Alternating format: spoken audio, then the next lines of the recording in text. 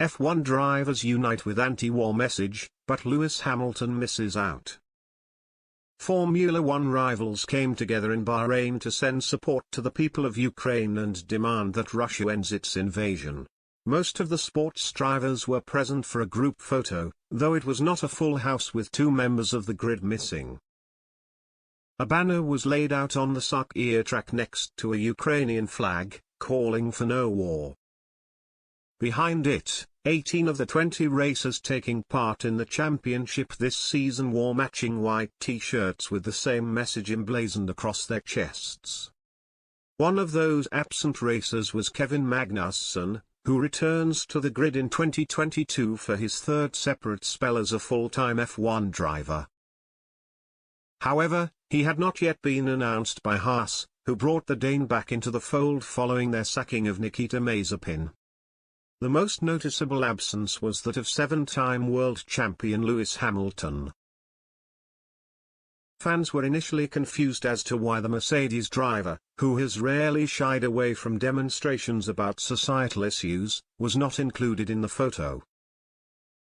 But things were cleared up when the Briton offered an explanation in his Instagram story.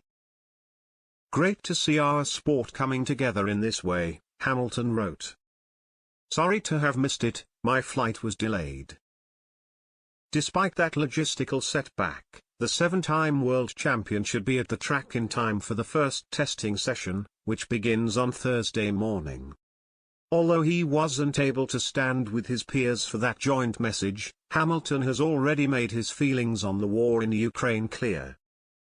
"My heart is with the courageous people of Ukraine who are standing firmly with their values of freedom and peace," he wrote. "I'm certain I'm not alone in feeling our day-to-day feels heavier, and sometimes trivial, knowing this crisis is happening in our world."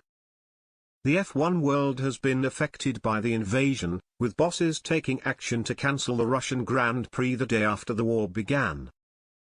Shortly after, Haas cut ties with Russian sponsor Uralkali and axed Mazepin, whose seat was no longer being paid for by his mega-rich father Dmitry. Mazepin, whose F1 career looks to be over for good after just one season, reacted angrily and took aim at his former employers at a press conference he called for himself. "I deserved more support from the team," the 23-year-old said. "There is no legal reason to terminate the contract. I was relieved to see that the FIA allowed us to start in neutral colors. I was hoping to drive. But, everything changed and I lost the dream I had been working for 18 years. I heard about my kick from Haas, like everyone else, from the press. I didn't deserve it. I was very disappointed with how it was played. I hadn't been worried since I left Barcelona, after last month's 3-day test. I am a young man and I was not ready for it. I did not receive any hint, or any support, or be told that this is the decision we have taken.